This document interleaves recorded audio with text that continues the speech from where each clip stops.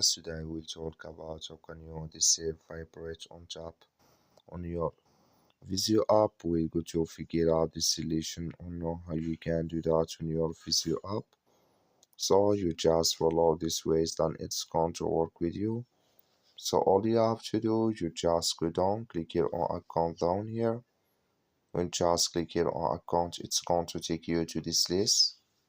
So it's going to show for you like this here. Then all you have to do, just click on here app settings. When just click here on app settings, it's going to take you to this list here. You come here to vibration on top, click in this sign or this color. Like you see here, color it's gone, that's mean vibrate on top. It's disabled with us now. So that's all you have to do. I wish you I get it. Thank you for watching.